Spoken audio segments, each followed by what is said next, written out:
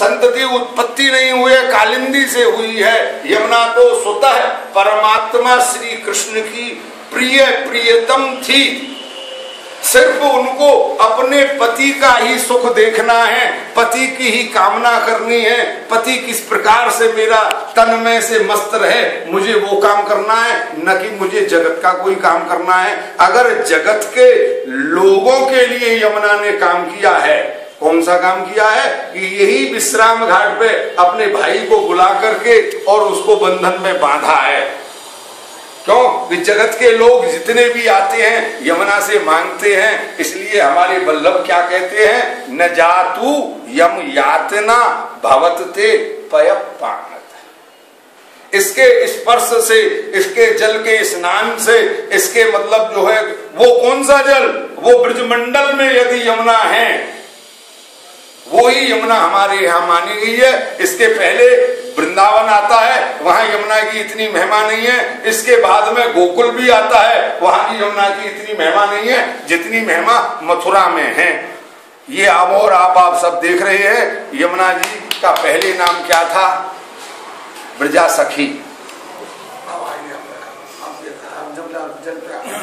ब्रजा सखी, ब्रजा सखी जब ब्रह्मलोक गौलोक से आई है तो ब्रजा सखी नाम था, और यहाँ आकर के तपस्या किया है और ब्रह्म से मिलन हुआ है, तब यमुना बनी है। यमुना कब से बनी है, जब से यमराज को बांध दिया गया है तब से यमुना है। नाम में ही उसके में गुण है, नाम का ही अगर स्मरण कोई कर ले तो भी यमराज आ सकता नहीं है, क्योंकि यमुना उसका नाम क्या है, यमुना। यमुना आ सके उसके पास, उसका नाम यमुना। यमुना जी अलौकिक चीज है, लौकिक चीज नहीं है। लौकिक चीज उसको कहते हैं जिसे सब चीज की जरूरत पड़ती है समय अनुसार, परंतु यमुना को किसी भी चीज की कभी भी अपने प्रियतम से जरूरत नहीं पड़ी। जैसे मेरे लिए कोई श्रृंगार लाओ, मेरे लिए कोई चीज लेकर के आओ, तो मेरे लिए ये लेकर के आओ। जैसे राधा जी क्षणिक रुष्टा और क्षणिक तुष्टा, अभी रूठ गई और फिर मनाने के लिए कृष्ण जाते थे, तब जाकर के वो मान करती थी। यमुना ने कभी अपना मान ब्रह्म से कराया नहीं है। यमुना तो प्रियतम की अपने की भक्त है। जैसे 41 पद में इनका भी बहुत गुण है। जो 41 पद जितने भी हैं वो हमारे अष्ट छाप के जितने कवि हैं उनके द्वारा उनकी भावना से बनाया हुआ है। उसमें प्रत्येक शब्द में श्री यमुना का परिपूर्ण वर्णन है, जिसको लोग अगर बांटते हैं तो उनकी समझ में वो चीज आ जाती है। श्री यमुने यह नाम आवे, तापर कृपा करत श्री वल्लभ प्रभु, जो श्री यमुना को भी देख पावे। तन मन धन सब लाल गिरधर को देख, चरण जब चित लावे। शीत स्वामी गिरधर श्री विठल, नैनन प्रगट लीला दिखावे। जा मुक्ते श्री यमुने यह नाम। यमुना जी का पिता सूर्य नारायण है। वो मुसाफरी करते में कभी घर आते नहीं हैं। बालक बड़े हो गए हैं और उनको घर की कोई चिंता नहीं है। कभी घर गए हैं सूर्य नारायण? अगर घर चले जाएं तो जगत में अंधकार हो जाएगा।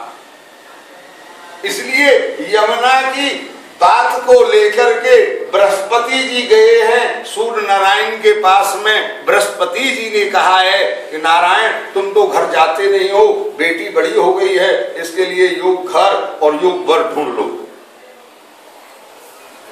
बेटी को बुलाया है यमुना को नारायण ने, सूर्य नारायण ने, उससे ही उनकी उत्पत्ति है, और बुला करके कहा है बेटी अपने लिए घर और वर देख लो।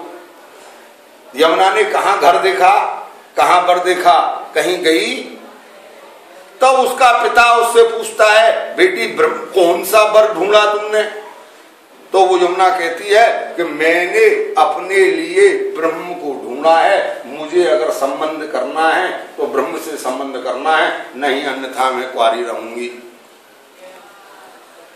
तब तब पिता ने कहा है कि ब्रह्म को प्राप्ति करने में अनेक कठिनाइयां आती हैं, अनेक आपको बहुत काम करना पड़ेगा, तब जाकर के आप ब्रह्म को प्राप्त कर सकती है। यानी मैं सहज स्वीकार करूंगी। तो यही मथुरा में आकर के आपने 10,000 वर्ष तपस्या किया है और द्वापर का अंत आया है, परमात्मा का प्रागट हुआ है और गोकुल के लिए जब वो गई हैं तब जाकर के रास्ते में उनका मिलन हो गया है और उनका विवाह हो गया है। चरण स्पर्श इसको कहते हैं गंधर्व विवाह। इसमें पांडित्य की जरूरत नहीं है, वैदिक रीत की भी जरूरत नहीं है। मैं तमन्ना लेकर के वर्षों से बैठी हूँ, आज मेरा प्रियतम जा रहा है गोकुल के लिए, रास्ते में ही यमुना से मिलन हो गया है, वो ही यमुना का मेन मिलन है।